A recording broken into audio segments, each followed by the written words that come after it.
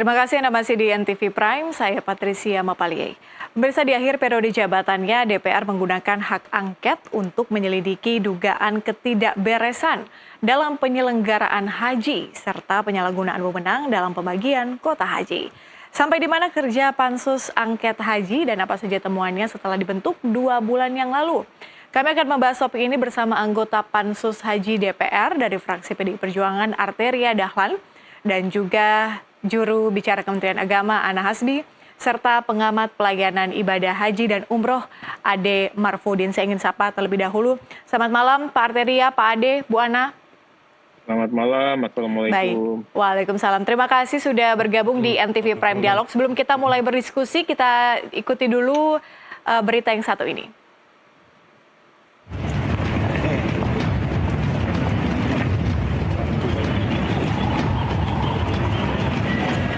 Bukan angket dugaan kecurangan pemilu, tapi angket haji.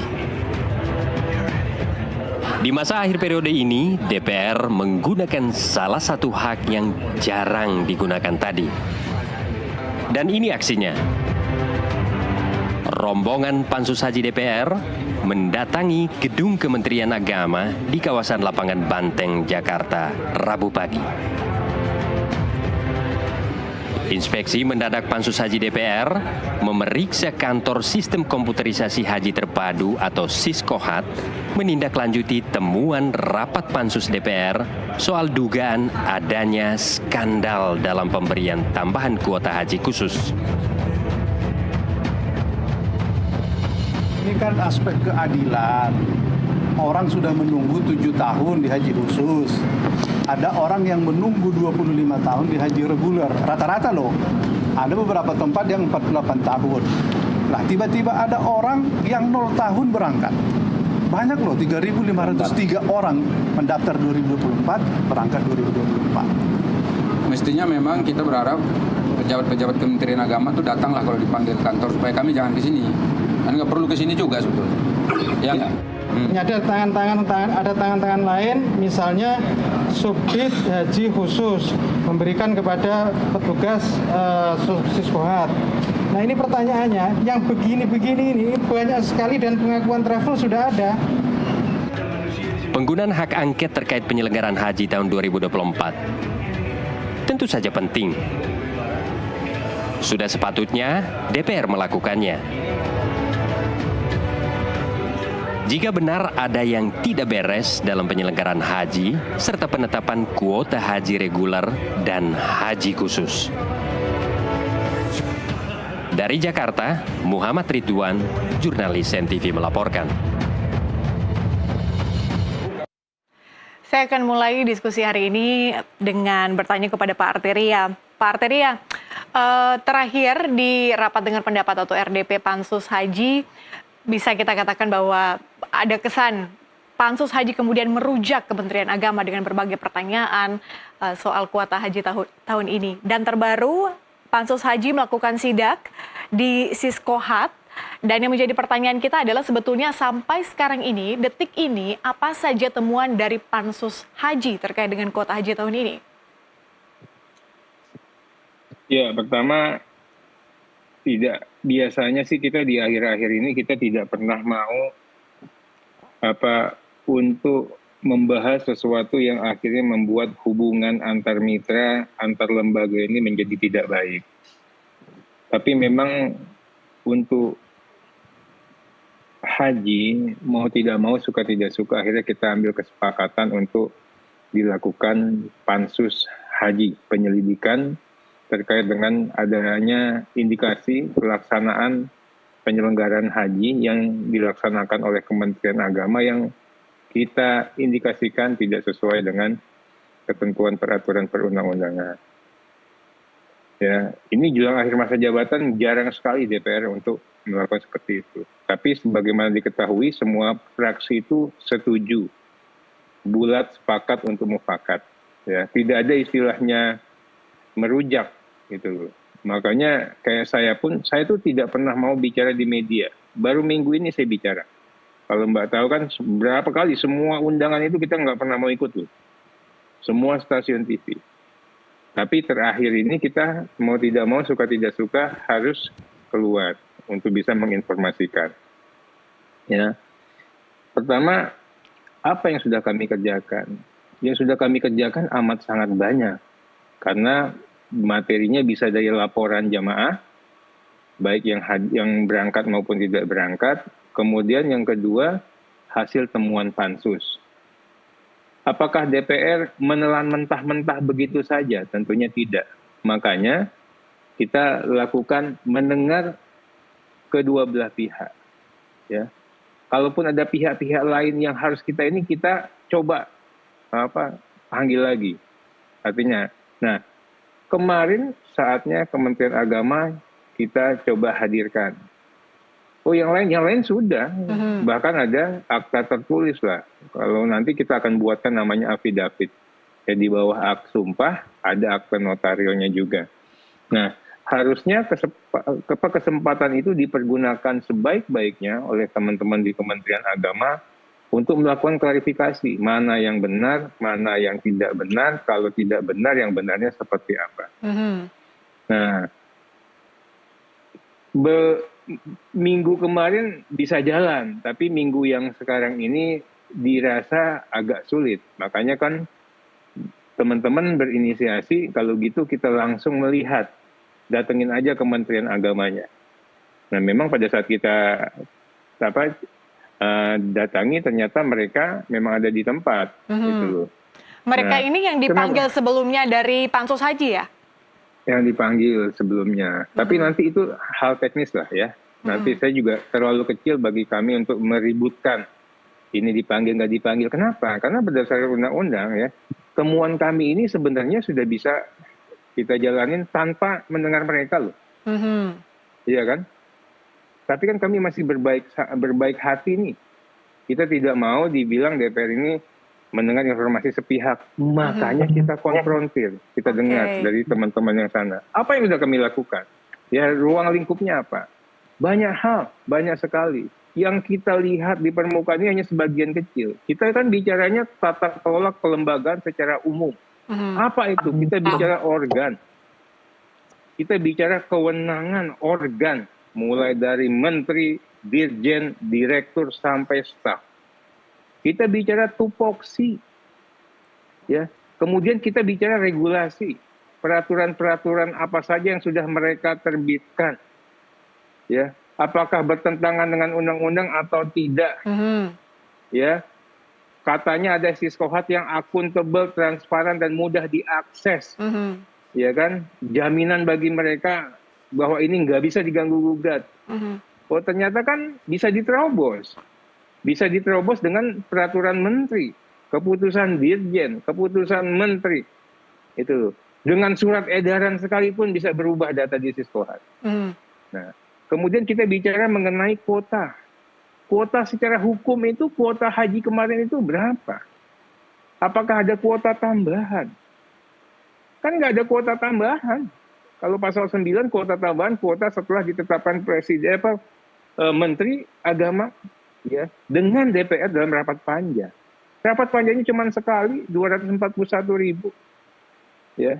Apakah terbit kewenangan menteri untuk atur kuota? Enggak, belum ada kuota tambahan. Ya, masih 92 dan 8%. Ya kan? Ini yang kita sedihkan. Pak Jokowi dapat hadiah tambahan 20.000. Tapi itu tidak menyelesaikan daftar tunggu. Kenapa? Ya. Harusnya yang 20.000 itu kan kita bisa kasih ke reguler 92%. Tapi faktanya kan enggak.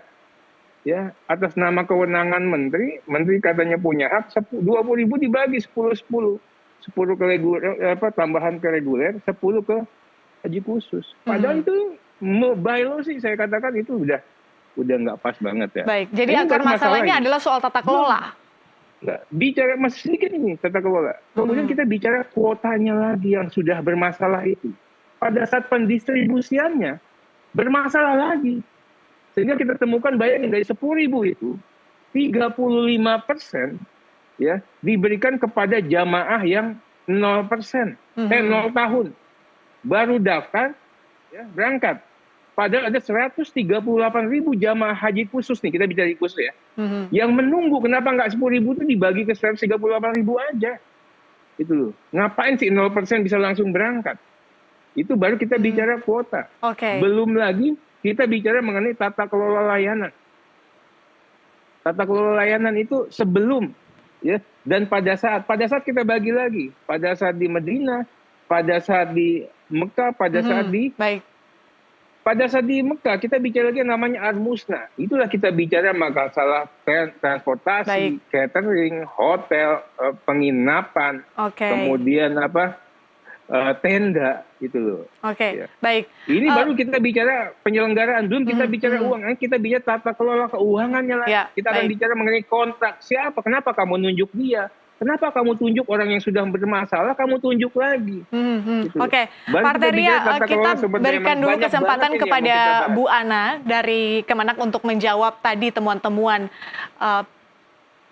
Dari ada Pak Sunanto, juru bicara Sunanto,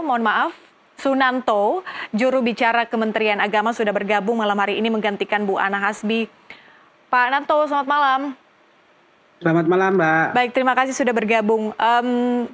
Asumsi saya adalah Anda sudah mendengar tadi temuan-temuan dari Pansus yang disebutkan oleh Pak Arteria. Apa yang ingin Anda luruskan atau Anda jawab di sini? Ya, pertama selamat malam Bang Arteria. Malam, sehat Bang. Mana jangan sehat, alhamdulillah. Saya sangat menghormati apa yang sudah dilakukan Pansus dalam mencari solusi perbaikan terhadap haji ya. Jadi saya sangat menghormati itu sebagai mitra DPR dan bagaimana perbaikan haji ke depan. Memang rasanya Bang Arteria kalau digodok-godok kira-kira saksi apa yang dipanggil-panggil seperti dikuliti lah kira-kira perasaannya. Sudah kayak tersangka. Tapi saya sampaikan ke Gusmin, sampaikan ke teman-teman birokrat bahwa ya sampaikan sesuai dengan tupoksi fakta yang ada. Jadi tidak perlu ada yang ditutup-tutupi dan karena memang kami merasa apa yang kami lakukan sesuai dengan tupoksi dan kebijakan yang bisa kami ambil. Jadi tidak perlu ada kekhawatiran apapun di kami. Jadi sangat terbuka informasi apa yang perlu disampaikan. Kan memang banyak hal yang saya kira termasuk temuan tentang Siskohat, Bang Arteria, tentang walaupun ada tadi misalnya sidak mendadak lah kira-kira ke kantor terus dianggap bahwa ada yang keluar negeri. Padahal kami merasa Sekjen sudah menyurati bahwa karena ini yang dipanggil perlu diluruskan Bang Arteria biar tidak terlalu melebar gitu. Yang diundang 3 orang dan itu panel. Kami bersurat kepada DPR Pansus karena ini 3 panel, 1 tidak hadir, maka minta ditunda karena 3-3-nya harus dikomportekan Bang Arteria. Itu kira-kira. Soal yang lain saya kira ini variannya sangat banyak Bang Arteria. Jadi memang kalau memang ada kesalahan di kalau ditarik pada proses mekanisme haji kan variannya sangat banyak. Tidak hanya di Kemenak, ada travel dan sebagainya yang kemungkinan besar itu yang perlu ditelusuri. Sebenarnya kesalahan ini ada di sistem atau ada di prosedur atau ada di orang pelaksanaan. Jadi ini yang saya kira perlu ditelusuri. Apakah sistemnya sudah baik, aturannya sudah baik, pelaksanaannya apakah ada yang tidak baik, atau ada upaya seseorang yang mau menabrak aturan yang main itu. Nah itu saya kira nanti temuan-temuan DPR saya kira akan menjadi bagian penting. Yang paling penting bagi kami Kementerian Agama akan selalu memberikan ruang yang transparan. Tidak perlu khawatir Bang Arteria. Walaupun memang agak tersendat dalam minggu ini karena memang banyak aktivitas yang kedatangan Paus Fransiskus ini menyita waktu bagaimana aktivitas kita ini menyambut tamu negara, tamu agung ini bisa berjalan dengan baik. Berarti nanti kalau dipanggil bakalan datang ya? Tidak pasti datang Mbak, sesuai dengan tupoksi yang perlu saya sampaikan, tidak perlu khawatir. Oke. Pak Nanto, kami juga ingin mendengar jawaban dari Kemenak soal tadi pernyataan dari Partai Ria ada soal kuota tambahan 20.000, kemudian apakah ini dibagi 50-50 soal reguler dan juga khusus, kemudian apakah ini memang diberikan untuk mereka yang baru daftar di tahun 0 atau bagaimana? Apa yang ingin Anda luruskan soal ini? Yang perlu kami luruskan pertama, kebijakan ini berdasarkan, kan ada banyak opsi, Mbak. Ketika kita harus membagi 50-50 gitu kira-kira, 10-10 gitu kira-kira, ada dirjen dan direktur sudah memberikan rekomendasi atau opsi-opsi yang menjadi pilihan. Pilihan-pilihan opsi itu tidak hanya soal apakah bisa mengurai sengkarut tentang masa tunggu, tapi juga bagaimana kesuksesan pelaksanaan. Jadi proses pelaksanaan di Mekah kan harus berrelasi dengan institusi-institusi yang ada di Mekah.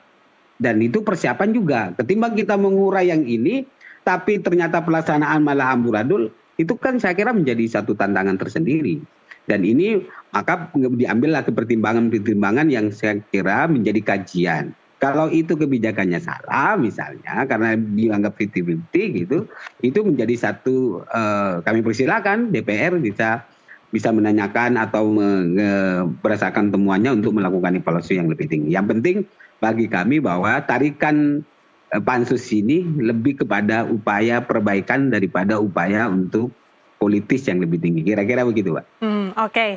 Saya ke Pak Ade dulu sebelum saya tanyakan lagi ke Pak Arteria. Pak Ade melihat bagaimana sebetulnya atau mengamati tata kelola kuota haji maupun pelaksanaan haji 2024 ini secara keseluruhan. Baik, terima kasih Pak Arteria Dahlan, luar biasa. Saya mengikuti semua proses-proses di Pansus.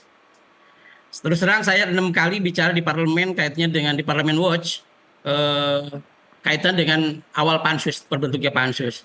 Jadi mengawal betul kenapa pansus ini hadir. Saya pikir dari masyarakat saya mengapresiasi ini adalah langkah baik untuk membuka di mana sesungguhnya proses haji ini yang salahnya. Ini semata-mata saya pikir bukan sentimen politik, bukan sentimen pribadi atau organisasi, tapi ini murni untuk perbaikan haji ke depan. Maka saya bicara, kalau untuk perbaikan haji, maka ini pintu masuk yang terbaik. Pansus ini bagi saya adalah pintu jalan yang terbuka untuk memperbaiki haji secara keseluruhan, Pak Arteria. Jadi kami terima kasih, itu sudah pansus luar biasa. Lepas dari sebuah permainan angka 50-50, bagi saya itu bukan sesuatu, karena haji memang problematikanya selalu muncul tiap tahun. Maka bahasa mengkuliti tadi Pak Cananto, saya pikir memang tugasnya pansus kok. Pansus akan mengkuliti apa yang terjadi di lapangan. Kenapa ini terjadi kan begitu?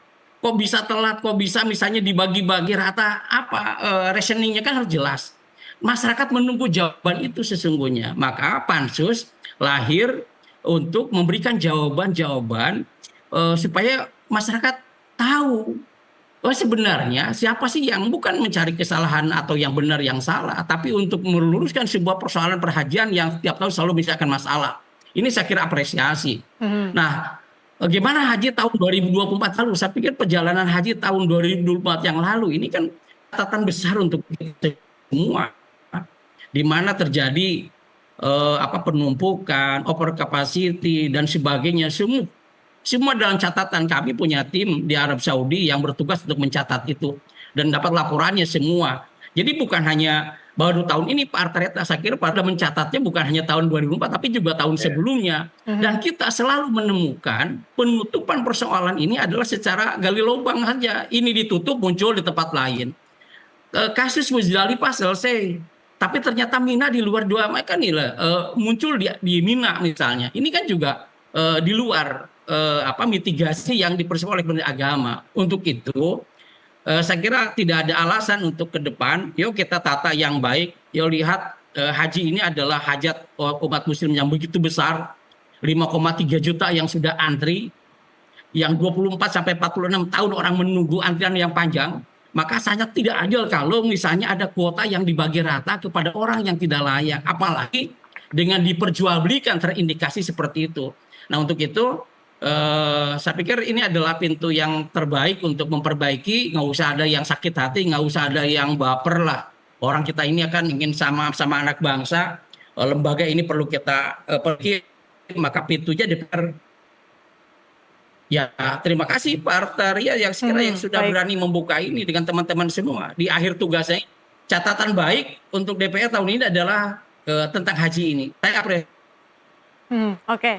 Gitu kami ingin kawal. Apa rekomendasi yang terakhir oleh dari Pak berbentuk badan hajikah, tri hajikah, ini kan sebuah terobosan baru. Kalau ini betul-betul ingin memperbaiki. Kalau terus seperti ini, saya pikir adalah haji kita akan terus stagnan dan kita akan terus setiap tahun akan terjadi problematika haji terus bermasalah setiap tahun. Saya yakinkan itu adalah haji kalah setiap tahun. Belum lagi kita menyentuh BPKH. BPKH juga luar biasa. Saya ingin sampaikan tadi BPKH seperti apa. Makasih sebentar. Baik, kita harus jeda terlebih dahulu. Kita akan kembali usai jeda. Tetaplah bersama kami, NTV Prime kembali.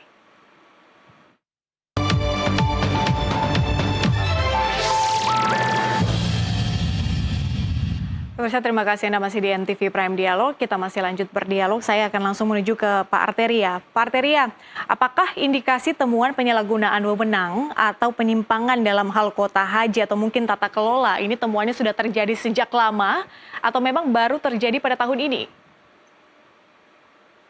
Ya, ini memang kalau kita lihat ada beberapa perilaku menyimpang yang sudah menahun, sebagaimana disampaikan sama Pak Ade. Itu bicaranya di mana? Pada saat kita bicara di pelayanan. Itu yang namanya kita perbaiki di sebelah kiri, umatnya sebelah kanan.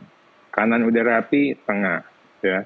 Tapi ada yang kita temukan, ya. Bicaranya lebih penting nih, bicara kuota.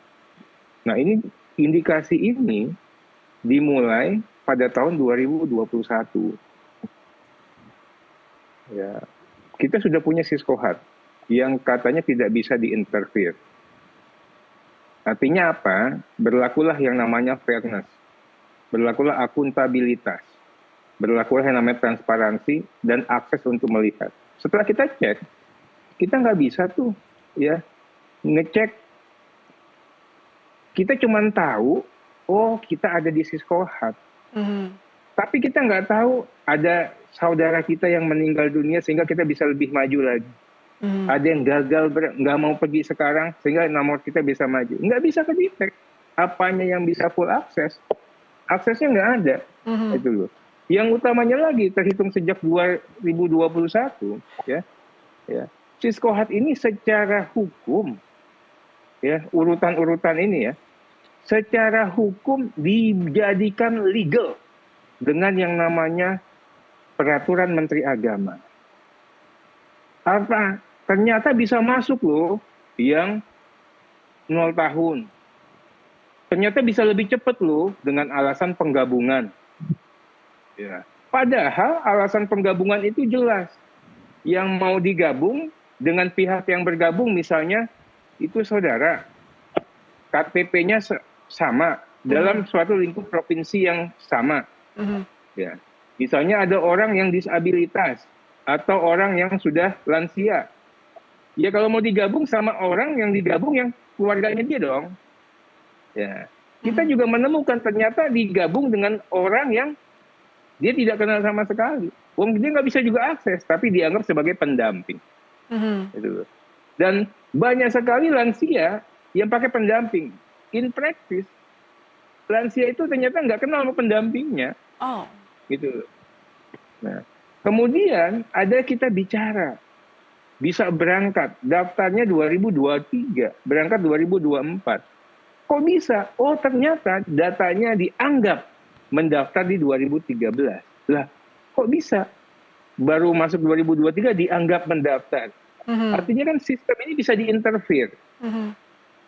Nah kemudian juga, ya saya hanya kalau haji reguler, saya yang katakan, apakah kita ini ya di negara yang punya Kementerian Agama, yang konstitusi kita memastikan ya menjamin umat untuk beribadat menurut agama dan kepercayaannya masing-masing. Sudah punya Kementerian Agama, punya Direktorat Jenderal Haji, ya, punya yang namanya BPKH, Ya, ternyata pelayanan haji kita jauh lebih buruk. Ya. Itu di mana Bang? Oke. Yang ini ya Bang, haji khusus atau haji reguler Bang? Dua-duanya Temuan Pak. Oke, Dua-duanya baik. haji reguler. Nah, kenapa saya katakan begitu? Ya, nanti Pak Nanto pasti tahu. Sebelum Indonesia merdeka, mereka ya menghormati jamaah-jamaah kita dengan baik. Arab Saudi itu, ya, dilayani mereka dengan penuh khidmat. Ini berbeda dengan yang kita sekarang udah punya Kementerian Agama, punya apa, bayar gitu, ya. Nah, ini tidak hanya masalah tidak boleh terjadi orang yang baru bisa masuk duluan. Saya ingin katakan ada macam-macam turunannya. Turunannya apa? Ya, manipulasi data. Turunannya apa? Penyalahgunaan kewenangan. Kenapa? Ternyata setelah dicek, Siskohat itu hanya mengentry data setelah data-data yang dia terima dari, kalau haji reguler ya dari reguler, kalau dari khusus ya dari, dia tinggal terima masuk. Dia tidak bisa mengecek apakah yang diusulkan di khusus misalnya oleh Pak Jaja itu nama-nama yang layak. Dia nggak bisa ngecek. Dia hanya bisa dikasih nama itu, dia suruh masukin, dia masukin. Gitu.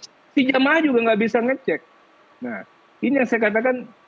Yang berikutnya, ini ada masalah. Kenapa? Bayangin Mbak ini mungkin termasuk orang yang beruntung. Ya. Banyak juga keluarga kita yang nggak beruntung. Ini nih, saya kasih contoh. Hari Jumat, mungkin Bu, Bapak berangkat haji tahun ini.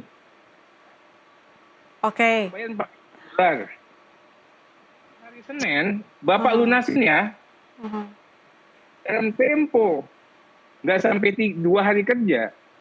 Ya, orang suruh nambah lagi 80 juta atau 60 juta. Oke. Pak Arteria, dalam artian apakah memang ada temuan indikasi jual beli kuota? Kita lihat saja temuan dan apa yang kita sampaikan. Nanti saya dianggap membocorkan ya, rekomendasi atau fakta. Ya. Tapi yang kita ada permasalahan. Ya. Dan permasalahan itu ya sudah kita temukan juga. Ternyata mereka yang cepat itu bayarnya lebih. Ya.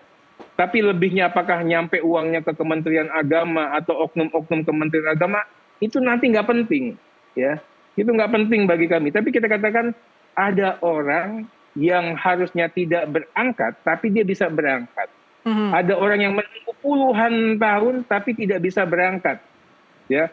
Kementerian selalu mengatakan kami bergerak berdasarkan lunas, ya, kesiapan dana. Semua yang 138.000 jamaah haji khusus ini dananya siap. Kenapa nggak mereka dulu yang dikasih? Kenapa kita kasihkan ke yang 0 tahun yang 3.500? Ini pertanyaan berikutnya. Kok kalian tahu ya jamaah-jamaah baru ini? Tentu kan ada komunikasi pendahuluan. Tentu ada janji-janji yang meyakinkan mereka sehingga yang bersangkutan, oh iya ternyata bisa berangkat. Oleh karena itu kami akan siapkan sejumlah dana. Nah ini yang saya katakan ya, udah sekarang saya berkali-kali Pak Nanto saya katakan, saya itu tidak hobi ya mau menjarain orang, enggak. Saya pengen rekomendasi ini masalahnya kita pembenahan. Oke, baik. Pak Arteria, sampai di situ dulu. Kita berikan kesempatan dulu kepada Pak Nanto untuk menjawab. Tadi sudah banyak poinnya. Saya ingin berikan kesempatan dulu pada Pak Nanto. Silakan Pak Nanto dijawab. Iya, terima kasih Bang. Jadi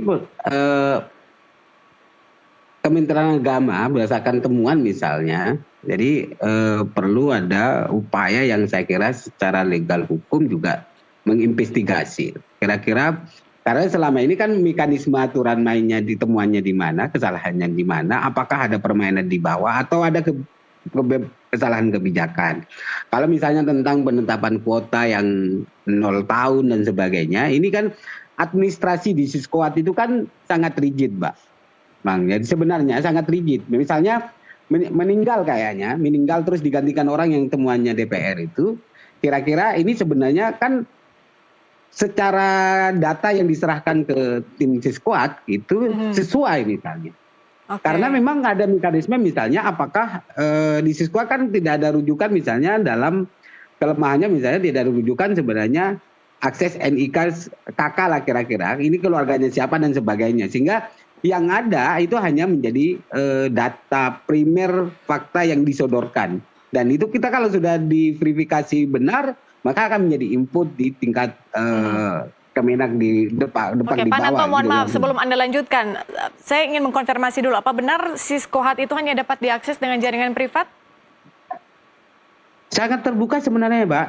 Oke. Saya kan belum paham secara utuh ya sebagai jubir baru Bang Arteria, gitu kira-kira. Tapi sepemahaman saya dan informasi yang dapat bisa diakses, kira-kira begitu. Nanti kita lebih jauh mendalami Bang Arteria, kira-kira akan menjadi bagian seperti apa. Tapi yang informasi yang saya dapat itu semua bisa diakses dan bisa diukur. Tentang aksesnya modelnya apakah seperti Bang Arteria yang sangat terbuka sampai rigid atau seperti apa, nah, saya akan tanyakan lebih jauh. Gitu Bang. Kalau lebih jauh agak karena memang temuannya adalah bahwa itu hanya dapat diakses oleh jaringan privat, tapi tentu ini harus dikonfirmasi lagi Pak Nanto kepada atasan maupun pihak-pihak yang berwenang di dalam Kemenak. Saya langsung ke Pak Ade. Pak Ade, artinya apa yang harus atau perlu diperbaharui? Enggak, sudah jelas ya, undang-undang kita kan sudah mengatur dengan baik. Tinggal bagaimana pemerintah tunduk kepada undang-undang tersebut. Jangan bikin aturan sendiri. Jangan semuanya serba dimudahkan logikanya. Karena kita ingin menjamin transparansi, akuntabilitas itu kan harus jelas. Sementara masyarakat di bawah yang tidak bisa mengakses Siskohat itu kan apalagi masyarakat desa. Jadi sangat mempercayakan kepada pemerintah, kepada agama, harusnya itu dijunjung tinggi amanah itu. Ikhlas betul dalam melayani. Banyak Siskohat betul, saya sangat tidak pernah saya tahu di mana kantor Siskohat bisa dibuka oleh masyarakat. Bagaimana mengaksesnya? Itu kita sangat mempercayakan itu. Mudah-mudahan tidak disalahgunakan, tapi ternyata hari ini kan juga DPR Pansus sudah bisa melakukan melakukan investigasi lebih jauh bagaimana sesungguhnya permainan-permainan menggunakan Siskohat tersebut. Anda sendiri pernah mencoba mengakses Siskohat, Pak Ade?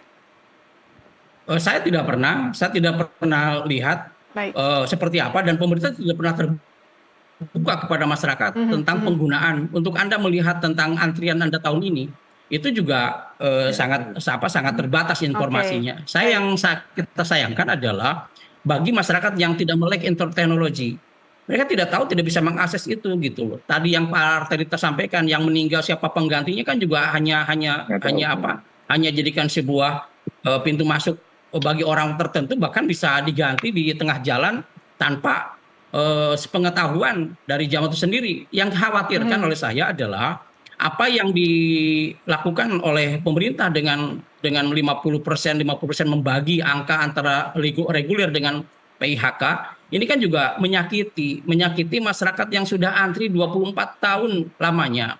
Dan itu sangat menyakit lagi yang 0 tahun tadi. Bahkan ada oknum terindikasi, bisa saja ini ada permainan dari teman-teman di Kandepak di bawah ini channel. Saya pikir perlu lah, biarkan DPR lalu-laluakan Pak Arteria. Saya kira karena ada informasi ada jamaah yang berangkat tidak antri panjang dengan bayar cukup, ya sudah berangkat. Ini kan menzolimi, menyakiti hati orang yang tidak berangkat. Tadi adalah masalah keuangan hajinya ini. Oke, sip. Terakhir Pak Arteria, setelah mendapatkan temuan-temuan, apa yang akan menjadi tindak lanjut dari Pansus? Ya, minggu ini dan minggu depan kita masih berusaha untuk mengkonfirmasi fakta. Hari ini sampai Senin kita di dalam negeri dulu nih ya. Karena kita bicaranya mengenai kuota dan layanan dalam negeri. Ya, tanggal 11 kita ke Saudi Arabia. Itu baru kita bicara mengenai temuan kita terkait dengan layanan. Kita bicara mengenai keuangan, kita bicara mengenai kontrak, kita bicara mengenai pihak. Kenapa ini kalian tunjuk? Ini sudah bermasalah berkali-kali, ya kan? Kemudian kenapa angkanya segini? Ya menurut pencermatan kami angkanya paling tinggi itu segini. Kan itu kita juga sudah nemu ini ya, semua yang sudah mengadakan hubungan hukum dengan teman-teman di Kementerian Agama. Sekali lagi, saya sih selalu menyarankan, bicara data, ya udahlah kita jangan sampai kita menzolimi Pak Menteri. Biarlah nanti kita audit forensik. Jadi jangan sampai yang masalah data ini DPR bilang salah, enggak, ada instansi yang berwenang. Kalau perlu dari Barreskrim Mabes Polri. Ya. Kami juga menyarankan kalaupun ada penyimpangan, kesalahan kebijakan, ya mbok ya kita katakan kesalahan kebijakan. Jangan kita bilang ini kesalahan kebijakan yang berpotensi menghasilkan perilaku koruptif yang sudah direncanakan, sehingga memang ya Pak Menteri melalui keputusan, melalui peraturan menterinya, melalui peraturan atau keputusan dirjennya atau surat edarannya, ya telah bisa menerobos Siskohat, sehingga berlakulah akrobat daftar-daftar yang bermasalah tadi. Itu berindikasi pidana korupsi. Enggak sampai ke sana, tapi ini kan kita bilang itu cukup rekomendasinya akan diteruskan kepada penegak hukum yang punya kewenangan. DPR nggak usah lah ya ke sana. Yang ketiga, kita mohon maaf untuk menguliti. Ini pansusnya pansus penyelidikan. Mau tidak mau, suka tidak suka, kami harus menggali fakta, mengkonfirmasi fakta. Untuk apa sebenarnya? Untuk teman-teman Kemenak juga. Inilah ruang bagi teman-teman Kementerian Agama untuk bisa mengklarifikasi kalau mereka tidak benar atau tidak salah, gitu loh. Tapi kalau mereka salah kan sebenarnya cukup mengakui saja dan kita lakukan perbaikannya ke depan. Ya, kami juga sama di sini. Kami dari perintah Ibu Ketua DPR tidak untuk mencari kesalahan orang, tapi bagaimana penyelenggaraan ibadah haji ini bisa lebih baik lagi ke depan. Jamaah bisa nyaman beribadah dan dia tahu adanya Kementerian Agama itu berguna bagi jamaah. Baik, ya, Pak Arteria, waktu kita sudah habis. Tadi juga Pak Nanto sudah menyatakan kesiapan Kementerian Agama apabila dipanggil oleh DPR, oleh Pansus Haji untuk mengklarifikasi berbagai macam hal. Kita harus tutup di sini. Terima kasih Bapak-Bapak untuk kebersamaan kita di malam hari ini. Sampai jumpa di kesempatan malam. Selamat. Pemirsa NTV Prime masih akan kembali usai jeda, tetaplah bersama kami.